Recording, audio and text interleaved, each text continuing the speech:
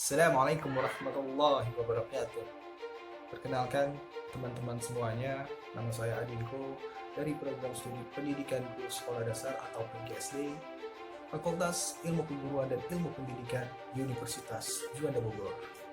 Baik teman-teman semuanya, telah sama-sama kita ketahui bahwa saat ini dunia sedang dilanda virus yang sangat mematikan. Virus menular, yaitu virus COVID-19 atau coronavirus. Dan juga tidak terlepas, tidak terkecuali juga negara kita tercinta, yaitu negara Indonesia.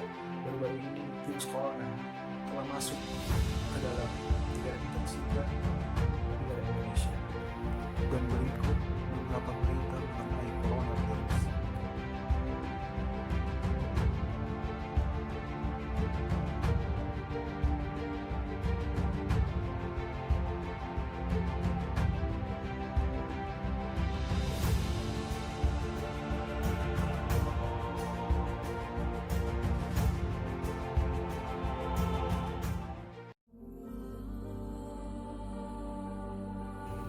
Dan seperti inilah nampak kota-kota di dunia saat ini.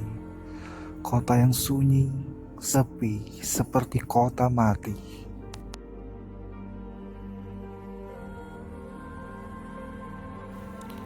Dengan adanya wabah COVID-19 ini, banyak sekali negara-negara di dunia yang di lockdown atau juga dibatasi pergerakannya di luar rumah. Termasuk juga Indonesia, semua dibatasi, mulai dengan bekerja dari rumah, beribadah dari rumah, bahkan sekolah pun dari rumah. Saat ini, jika tidak ada keperluan yang sangat penting di luar rumah, kita semua dianjurkan tetap berada di rumah. Dan berikut adalah pernyataan dari Presiden Joko Widodo untuk kita agar tetap berada di rumah. Dengan kondisi ini, saatnya kita kerja dari rumah, belajar dari rumah, ibadah di rumah.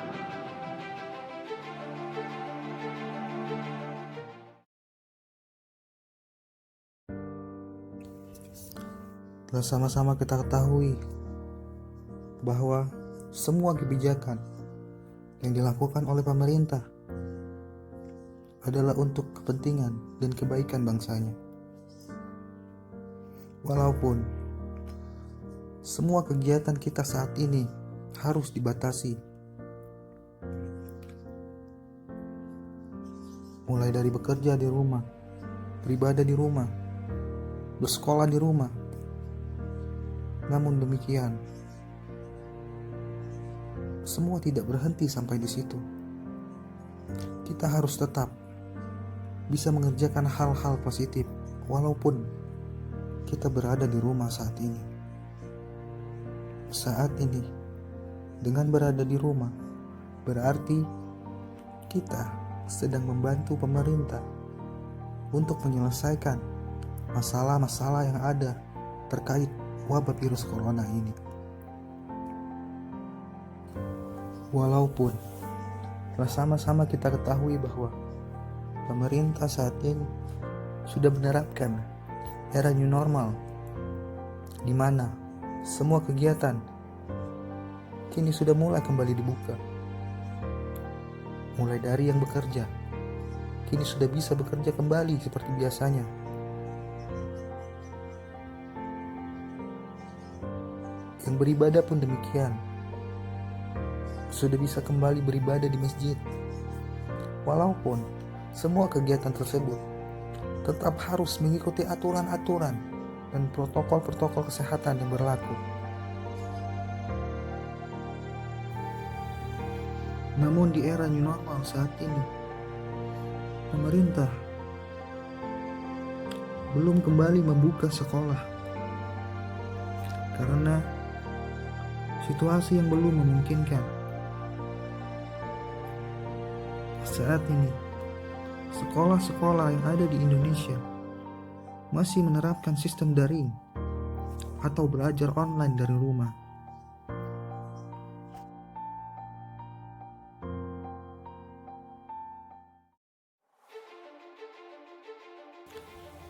Adapun tujuan saya membuat video ini adalah untuk menjelaskan hubungan antara model pembelajaran e-learning dengan proses pembelajaran daring yang sedang dilakukan oleh banyak sekolah saat ini di tengah pandemi virus corona.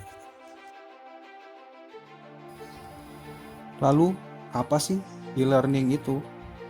E-learning adalah suatu sistem atau konsep pendidikan yang memanfaatkan teknologi informasi dalam proses belajar mengajar.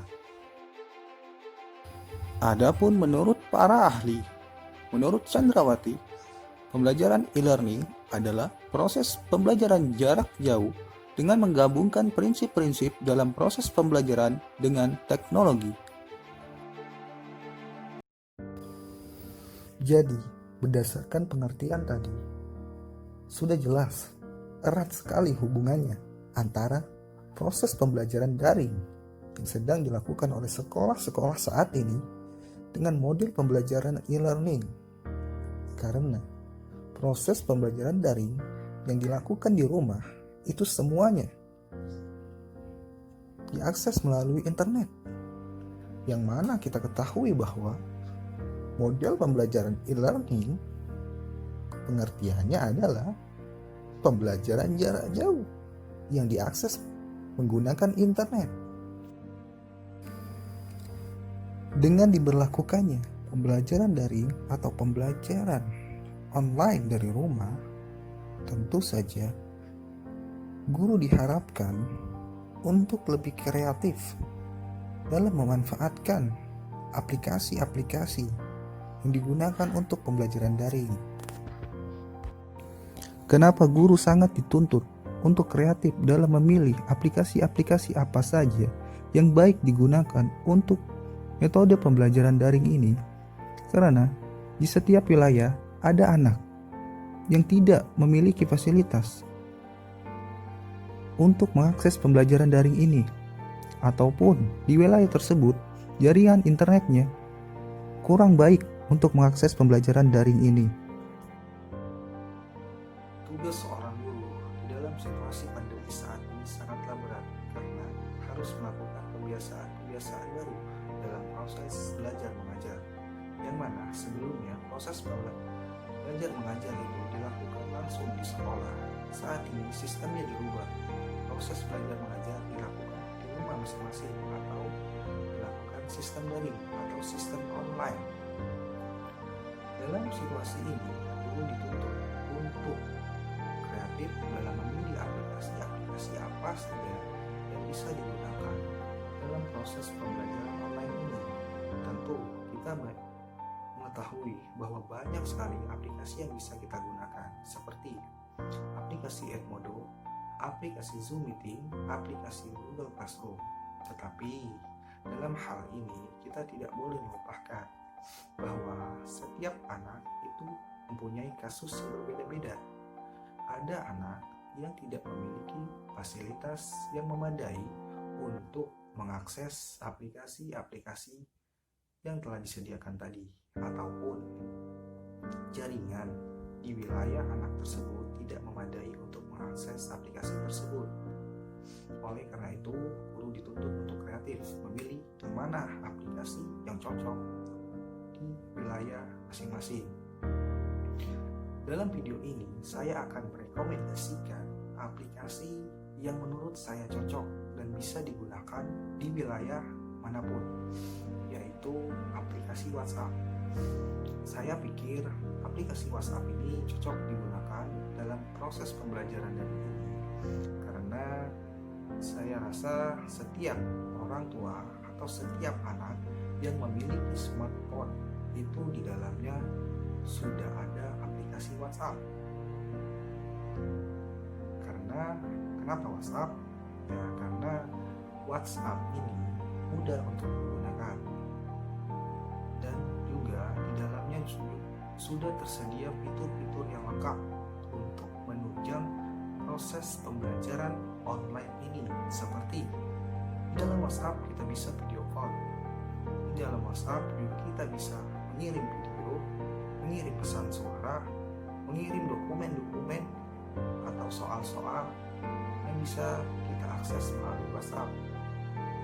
Dan juga aplikasi WhatsApp ini mudah digunakan karena tidak membutuhkan jaringan yang terlalu bagus. Jaringan biasa-biasa pun kita bisa gunakan untuk mengakses aplikasi WhatsApp ini.